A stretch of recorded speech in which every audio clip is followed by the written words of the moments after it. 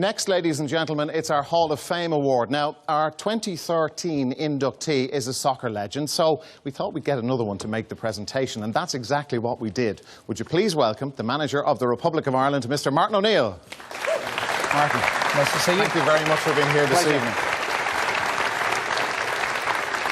Great to see you. Martin, what have the last few months been like for you? Well, it's been pretty hectic, really. Must admit I was worried about time off, managing the side, having managed for the last 20 years on a day-to-day basis. Beginning to get used to that now, you know, travelling to football games. Need just a bit of an adrenaline rush, really, I think, and hopefully that will come when the European Championship draw is made.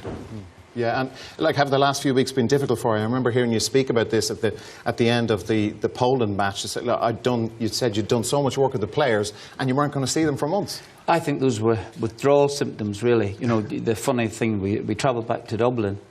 We flew in at about 4:30, said cheerio to the players. Next time I will see them will be sometime in March. Yeah. And I think they're quite pleased about that.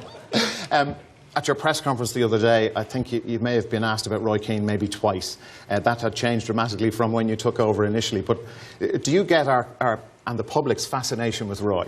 Of course I do, yes. I thought you were going to ask me how I get on with Roy. That was my next question. I'm not so sure that anybody gets on with Roy, to tell you the truth. But, you do. I can't say that I know him fantastically well, but funnily enough, I thought that he might have been really sickened after the Ipswich affair, you know, having lost the job at Ipswich. But and I got to meet him a few times just after that. Drive and determination was still there. This fellow goes to an awful lot of football matches, even when there was nothing at stake or nothing for him to. And those things were very, very important ingredients when I was thinking about it. When I mentioned to John Delaney about taking Roy on as an assistant, you'd have thought the reaction might have been different. John said, anybody you want, it's your choice. And we went with it, and I was really, really delighted. Roy jumped at the chance. I think eventually, of course, he'll want to manage himself, but hopefully at this minute he'll not be trying to take my job. If the results go badly, of course, I'm going to blame him. You know? We look forward with great interest to your first squad of 2014 for the upcoming friendly match. Will there be new faces in there or some returning ones? I think there'll be some returning ones, yeah. And there might be one or two surprises, really, because I've had a chance to see a couple of younger players just recently who've actually caught my eye. Of course, I'd like to see them again between now and picking the squad. But also the fact that I think there's some of the older contingent that I know plenty about anyway, and therefore if there is an opportunity to blood one or two of the young lads in this game coming up in March, it seems an endless time away, and then I would do so. We look forward to that. It's great to have you here this evening, Martin. Just hang on a moment, because Martin is going to make the presentation for us. Our winner is one of the best footballers this country has ever produced. He began in Dublin and then he moved to Manchester and to Birmingham and a few other places as well. But it was in the green of Ireland that he won the hearts of a nation. And 25 years ago, he was part of the Irish team that made history in Stuttgart. McGrath is there to make the challenge. What a strike. A towering performance from Paul McGrath. It's hard to think of it as 25 years ago, you know. It's the time is passing so quick now. There's so many memories. Galvin pulling it across. A missed kick by Sansom, in goes Aldridge, and Houghton! 1-0! To beat England is massive, you know, and suddenly you realise, oh, that's the one that's going to get you a clap when you get back home. Oh, Whelan! Oh, Ronnie Whelan has done it! We were knocking around as well as them, and they were the Russians who were well up there. And we played them off the park, I thought. And in goes McGrath! Stopped on the line! Aldridge is there, whistle's gone. It was a hard way to go out as well, because we were matching them, you know, toe to toe. And then to get a ball like that come in, I was actually the one who headed it out, and then it came back in, and Van Keefe, I think it was, just clips it and then watches this ball, and it was like slow motion. I can actually see that ball still spinning, and that hurts. Yeah, incredible. No, it was a great time. Yeah. Great time to play football. The Italian World Cup for me, was the best time of all, because I think Ireland had a glimpse in '88 of what could be done.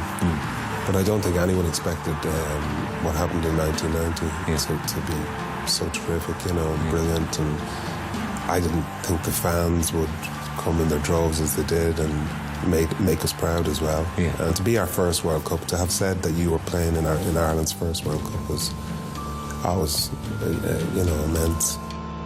There was a great friendship in that bunch of players, and every player wanted to work for the other player. It wasn't just for yourself. It gave us that belief that we could do almost anything at that time. And what a great occasion, a great day. I'd say the biggest day in Irish international soccer history, the start of this tournament. To go to America and put one over on them was amazing.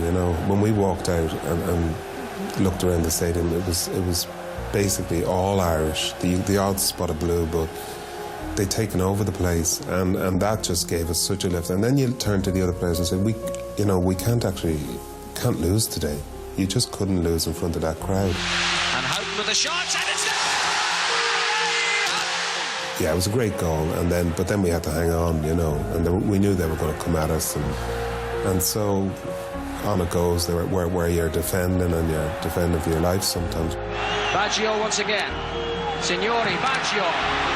And once more, Paul McGrath, the man to the rescue. I know how shy you've been throughout your life and your career, but do you understand and appreciate why people love you so much? Not really, to be honest, because, I played soccer like thousands of kids that go away from here and play soccer, but, I'd like to think it's because when I played for Ireland, I actually did my best, I tried my best, and I don't think you can do more than that,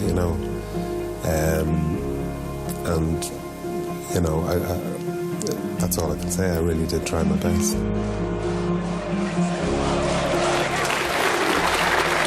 Ladies and gentlemen, Paul McGrath.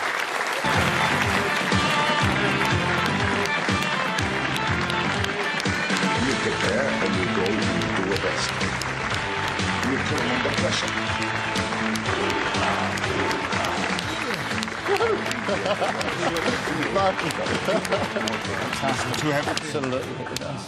Martin, just as we were watching that wonderful piece of tape with all those great memories of Paul McGrath, you told me the most fantastic story about how long you know Paul McGrath. Well, it's not so much how long I known him in that sense, because, but way back years and years ago, when I was supposedly flying high with Nottingham Forest, I came over to make an award for a young kid coming through in Dublin here. And I remember him saying, and I give the award, he had won Player of the Year or something like this, but I give the award and I said to him, what do you fancy doing? He said, I want to be a professional player. I said, oh, that's great. Of course, I'm going to dismiss it. And I said, well, where are you heading? He said, well, I'm going to Manchester United. So I thought I'll just keep an eye on him, never thinking for 1 minute they'd make the grade, because you see this so often. Yeah. And of course, as years roll on and I went down the ways and this fella rose to the top, do you know what? It's a genuine pleasure here tonight for me. Genuine pleasure, honestly, because you're one of the greats. Well done indeed. Fantastic. Absolutely. Lovely. Thank you so much. Paul. Really? Our latest inductee into the RTE Sports Hall of Fame. What does that mean to you? Hard to describe, really, to be honest. When you think of the people who've gone before and won this award, and now you can class yourself as being one of them, it's humbling. Yeah. We mentioned your club career, but the Republic of Ireland, 83 caps for your country. Is it possible for you to pick out one game or one performance that you treasure more than anything else?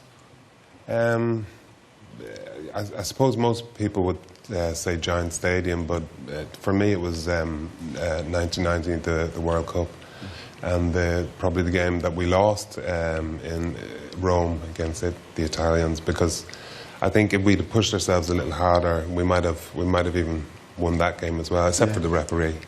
He was cruel. He was cruel. But it was a great. The first World Cup I think that Ireland played in was my pinnacle in football. Well, it's about time you're in our Hall of Fame, and you're in it now, Paul. Martin O'Neill and Paul McGrath. Well done. Thank you very much. Thank you.